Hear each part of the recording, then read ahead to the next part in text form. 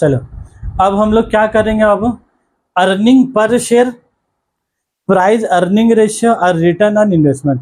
तुम ग्रुप बना के पढ़ोगे ना, तुमको जैसे 7 फार्मूला है, तुम ग्रुप बना के करोगे, पहले 2 फिर 2 फिर 3, ये 2 एक जैसा है, ये 2 एक जैसा है और ये 3 एक जैसा है। अर्निंग पर शेयर, इसका नाम से तुमको क्या समझ में आ रहा है? अर्निंग पर शेयर मतलब क्या हुआ, एक शेयर कितना रुपया कमा रहा है, एक शेयर होल्डर कितना रुपया कमा रहा है। और ये लोग कौन सा शेयर का बात कर रहा है बोलो तो, एक होता है इक्विटी शेयर और एक तुम्हारा क्या होता है प्रेफरेंस शेयर। एक कौन सा शेयर होता है बोलो, इक्विटी शेयर, और एक कौन सा शेयर होता है तुम्हारा प्रेफरेंस शेयर।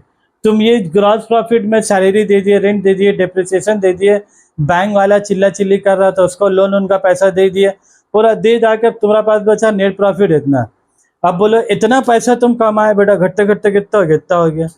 फिर तुम जैसे ही पैसा सोचोगे हम लेके चले जाए घूमने के लिए, दीघा चले जाए, कहाँ कहाँ दिल्ली चले जाए, घूम घार के आएंगे, तुम जैसे ही घूमने जाओगे पीछे से कौन चिल्ला चिल्ली लगाएगा, प्रेफरेंस शेयर होल्डर। बोला भाई मेरा पैसा हमको भी दीजिए, उसके बाद आपको जहाँ जाना है क्या उसके बाद जाइए। तो ये जो तुम नेट प्रॉफिट कमाए ना, घट कितना बचा, बेचारा शेयर होल्डर देख रहा, कुछ कर सक रहा देख के कुछ नहीं, क्योंकि अब पैसा कौन लेने आगे खड़ा जाएगा बोलो, प्रेफरेंस डिविडेंड।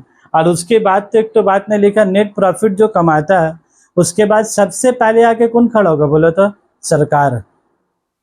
बोलेगा आप जो मेरा इंडिया में कारोबार कर रहे हैं, हवा पानी सब इस्तेमाल कर रहे हैं मेरा, उसका टैक्स कौन देगा? तो सबसे पहले सरकार का आएगा लेने के लिए बोलो टैक्स। तो ये जो नेट प्रॉफिट आता है ना, ये नेट प्रॉफिट हम लोग तुम्हारे क्या करते हैं बोलो, आफ्टर टैक्स। मतलब ये जो आया सबसे पहले तुमको टैक्स वैक्स का दे देने होगा। इधर टैक्स का नाम इन लोग क्या बोलता है बोलो तो, अब प्रोविजन फॉर टैक्स। इन लोग के टैक्स का नाम क्या बोलता है बोलो, प्रोविजन फॉर टैक्स। तो जो भी तुम प्रॉफिट कमाए टैक्स है तो क्या बचा, प्रॉफिट आफ्टर टैक्स। मतलब जो तुम प्रॉफिट कमाए उसमें 3 आदमी का हिस्सा लगता है। एक आदमी सरकार सबसे पहले लेके जाएगा, तुम जियो मरो मतलब ने, पहले मेरा टैक्स का है दीजिए। उसके बाद दूसरा आदमी कौन आके खड़ा हो जाएगा, प्रेफरेंस शेयर होल्डर, इन लोग को पैसा देने होगा। तब बोलो 3 आदमी में से तुम सरकार को दे दिए, दे दिए मतलब क्या हुआ, फार्मूला ही सिखा रहे मैं, दे दिए मतलब क्या हो गया, माइनस। ठीक है, जो भी प्रॉफिट कमाए प्रेफरेंस डिविडेंड क्या होगा तुम्हारा, माइनस हो जाएगा। तो प्रेफरेंस को देने के बाद अब जो पैसा बचा, अब वो सिर्फ किसका पैसा बचा, इक्विटी शेयर होल्डर का। अब मान लो पैसा बचा 1.5 लाख, कितना पैसा बचा बोलो, कमाए था कितना हम लोग, कितना 40 लाख, बट दे जाके सबको कितना बचा 1.5 लाख। यह कहानी है, ये जो एक कंपनी का कहानी है, कल तुम लोग भी रुपया कमाओगे, तुम लोग के साथ भी वही कहानी होगा। हम मजाक नहीं कर रहे, मेरा बात तुम लोग को अभी नहीं समझ में आएगा, कल को ग्रेजुएशन कर लोगे, एग्जाम दोगे, नौकरी मिल जाएगा, देखोगे पैसा मिला 35,000 और महीने का आखिर में क्या रहा पता है, देना भाई 5,000 रुपये बहुत जरूरत है भाई। 35,000 रुपया मिल के भी तुम्हारा अकाउंट क्या हो गया, खाली हो गया। क्योंकि पैसा खाली आता थोड़ी ना भाई, पैसा तो खर्चे भी होता है। आके का तुम पानी सुबह से रात का हवा पी के रह रहे कि खाने होगा कुछ, तो खर्चा हो रहा है। वैसे कंपनी लोग का भी क्या है, कमाता बहुत बहुत रुपया है, लेकिन सबको दे जाके पैसा का बहुत कम बचता है। इसीलिए लोग को काम करना पड़ता है वॉल्यूम ऑफ बिजनेस, जितना ज़्यादा कारोबार करेगा उतना ज़्यादा पैसा इन लोग के पास बचेगा।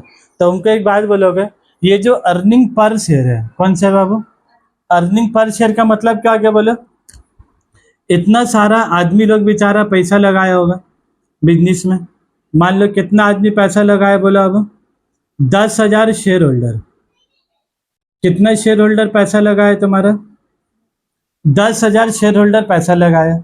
और ये कौन सा शेयर होल्डर की बात करे बोलो, इक्विटी की प्रेफरेंस, कौन सा शेयर होल्डर का बात कर रहे बोलो,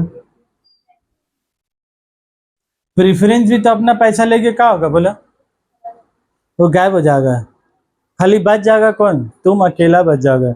पैसा लगाने टाइम में इक्विटी लगाया, प्रेफरेंस लगाया, डिवेंचर लगाया, डिवेंचर तो पहले लेके चले गया, प्रेफरेंस शेयर पीएल अप्रो से लेके गया, उसके बाद जो पैसा बचेगा खजाने में उसके बाद किसको मिलेगा, तब इक्विटी। तो वही लोग बोल रहा अर्निंग पर शेयर। पर शेयर मतलब क्या हो गया, एक शेयर होल्डर कितना रुपया कमा रहा है।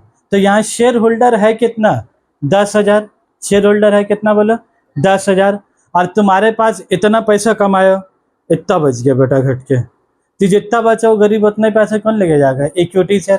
तो इतना जो बचा, कितना बचा बोलो, 1.5 लाख रुपया। तो 1.5 लाख रुपया आप किसका दोगे तुम, 10,000 शेयर्स में तुमको क्या है, बांटने होगा। तो 1.5 लाख रुपया 10,000 शेयर्स को बांटे, तो एक शेयर्स पीछे कितना कमाया, छोटा मोटा मैथ्स। घर में 10 तो आम आया, 4 आदमी, तो एक एक आदमी को कितना आम मिलेगा बोलो, 2.5 पीस करके मिलेगा। तो वैसे ही 1.5 लाख रुपया कमाए, खाने वाला कितना आदमी बोलो, 10,000 आदमी, तो 1.5 लाख डिवाइडेड में क्या कर दोगे, 10,000। तो बस वही formula, net profit after tax and preference dividend. जो तुम नेट प्रॉफिट कमाया उससे तुमको क्या करने होगा बोलो, सरकार को दे दोगे। दे रहे मतलब क्या करोगे, माइनस। तो net profit minus tax, net profit minus tax, और डिविडेंड दे रहे हो तो क्या करोगे, उसको भी माइनस। तो इसका फार्मूला तुम्हारा, देख रहे हो ये भी गुस्सा हो गया, बोल रहा आज क्लास बहुत ज्यादा हो गया। कभी कभी पेन लोग भी हिम्मत छोड़ दो, बोला सुबह से लिख रहे, सांस लेने का मौका नहीं मिल रहा गरीब को। नेट प्रॉफिट में से क्या दोगे बोलो, टैक्स देंगे, और टैक्स में फिर क्या दोगे बोलो तुम, प्रेफरेंस डिविडेंड देंगे। क्लियर है बात। तो नेट प्रॉफिट में टैक्स का पैसा क्या होगा, क्यों माइनस करे, समझ में आ रहा। तो बात, भाई प्रॉफिट कमाओगे तुम, घर लेके जा नहीं सकते, तुमको सरकार को देने होगा। और दूसरा चीज किसका दोगे तुम, प्रेफरेंस शेयर होल्डर को दे के जो बचा, अब वो पैसा किसको बचा बोलो तो, इक्विटी शेयर होल्डर। उसको हम लोग क्या बोलते हैं पता है, EAES बोलते। बुक में तो नहीं लिखा हुआ है, यही चैप्टर फिर से सेमेस्टर 6 में वापस से आता है, वहां पर उसी को हम लोग क्या बोलते हैं, EAES, earning available to equity share holder. वो हम लोग क्या बोलते हैं, earning available to equity share holder. तो उसी को खाली यहाँ पर क्या बोलता है, नेट प्रॉफिट में से टैक्स यार, तो सबको दे के जो बचा, किसका बचा, शेयर होल्डर का, डिवाइडेड बाय क्या कह लो, नंबर ऑफ इक्विटी शेयर। तो 1.5 लाख डिवाइडेड बाय 10,000 करोगे तो एक शेयर होल्डर कितना कमाया, 1.5 रुपया। बेटा कमाए थे तुम अभी 40 लाख रुपया, अभी कैलकुलेशन होते होते कितना रुपया बचा बोलो, सिर्फ 1 रुपया 50 पैसा बचा। ये दुनिया, ये ऐसे ही होता ही है। और लास्ट में क्या बोला देखो, पी रेशियो, ये तुम्हारे एग्जाम पॉइंट ऑफ व्यू से इंपॉर्टेंट है। पी रेशियो, पी रेशियो में एकदम आसान होता है, earning per share. Earning per share मतलब क्या हो गया, तुम कमाए कितना, 1.5 रुपया, कमाए कितना वो 1.5 रुपया, लेकिन मार्केट में शेयर्स का कीमत है 6 रुपया। कमाए कितना, 1.5 रुपया, मार्केट में कीमत कितना तुम्हारा, 6 रुपया। तो सर ऐसा क्यों, कमाए 1.5 रुपया तो मार्केट में उसका कीमत भी कितना होना चाहिए, वही 1.5 रुपया होना चाहिए, लेकिन उसका कीमत कितना है, 6 रुपया। इसी को बोले आता तुम्हारा कितना गुना है। ये अर्निंग पर शेयर भले से मिल रहा है 1.5 रुपया, लेकिन मार्केट में जब तुम बेचने जाओगे ना उस शेयर्स को, तुमको कितना रुपया मिलेगा, 6 रुपया। तो कितना टाइम्स हो गया बोलो, market price earning per shares का कितना टाइम्स हो गया, 4 टाइम्स। मतलब 1.5 इंटू 4 करोगे तो कितना होगा, 6 रुपया आएगा। बस वही 4 टाइम्स को तुम्हारा क्या बोला जाता है, वो पी रेशियो। देखो मार्केट प्राइस डिवाइडेड बाय क्या लिखा है लोग, EPS। मार्केट प्राइस कितना हो गया, 6, और डिवाइडेड बाय 1.5 रुपया, तो कितना हो गया, 4। लेकिन वो 4 क्या तुम्हारा, 4 टाइम्स। तो इसमें सबसे अच्छा बात ये होता है, मार्केट प्राइस तुमको क्वेश्चन में दे देगा। तुमको ऐसा नहीं है कि एग्जाम हॉल में तुमको रख के जाके बस पकड़ के उसका मार्केट प्राइस निकाल के मार्केट से ला के लिखना, ऐसा कुछ है कि मार्केट प्राइस क्वेश्चन में दे देगा। मार्केट प्राइस निकालने का कोई फार्मूला नहीं है तुमको क्वेश्चन में, क्या हाँ EPS का निकालने का फार्मूला, लेकिन मार्केट वैल्यू निकालने का कोई फार्मूला नहीं है। वो तुमको क्वेश्चन पेपर में क्या एकदम इज्जत से एकदम दिया रहेगा। तुम EPS निकालोगे, मार्केट वैल्यू से क्या करेगा बोला, डिवाइड कर दोगे, 4 5 जो भी आएगा वो तुम्हारा क्या आ जाएगा, पी रेशियो। और लास्ट वाला क्या हुआ, रिटर्न ऑन इन्वेस्टमेंट, जिसको हम लोग क्या बोलते हैं, ROI। क्या बोलते हैं हम लोग, ROI। ये बहुत इंपॉर्टेंट है, ठीक है, तुमसे पूछेगा रिटर्न ऑन इन्वेस्टमेंट का मतलब होता है, ये बात तुम लोग कमी भी पूछेगी, ठीक है। क्या पूछेगी बोलो, तो जो बिजनेस में रुपया लगाए, जो बिजनेस में रुपया लगाए, लगा के कितना रुपया कमाए, ये लगा के कितना रुपया कमाए, उसी को तुम्हारा क्या बोला गया, रिटर्न ऑन इन्वेस्टमेंट। तुम जो इन्वेस्टमेंट के उससे तुमको कितना रिटर्न मिला, तो जो मिला उसका क्या नाम हो गया, net profit before interest and tax. देख रहे लोग आफ्टर बोल रहे कि बिफोर बोल रहा है, बिफोर बोल रहा है। तो अगर मान लो तुमको नेट प्रॉफिट आफ्टर टैक्स दिया तो तुमको प्लस टैक्स कर देनी होगा, प्लस इंटरेस्ट, क्योंकि तुमको कहाँ जाना है, बिफोर में जाना है। तो net profit before interest divided by, देखो क्या लिखा है, कैपिटल एम्प्लॉयड। कैपिटल एम्प्लॉयड मतलब तुम बिजनेस में कितना रुपया लगाए थे, कितना रुपया लगाए वो याद रखोगे। इक्विटी शेयर होल्डर का पैसा, प्रेफरेंस शेयर होल्डर का पैसा, और देखो साथ ही साथ क्या लिखा, नॉन करेंट लाइबिलिटी। क्या डिवेंचर का भी पैसा बिजनेस में लगा कि नहीं लगा?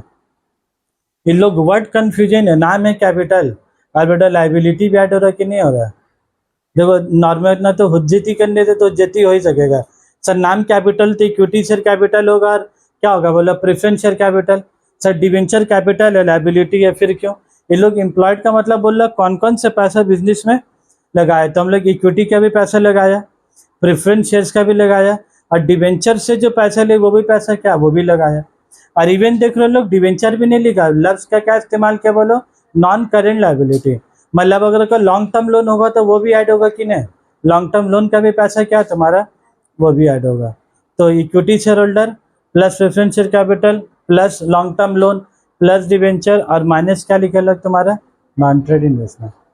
तो जो कमाए डिवाइडेड बाय कर दोगे इंटू 100, तो क्या होगा तुम्हारा capital return on investment. Clear है बात एकदम सब? अब तुम लोग घर में क्वेश्चन निकाल के बनाओगे, फिर हम लोग अगला क्लास में फिर उसका क्वेश्चन भी बनाएंगे, ठीक है।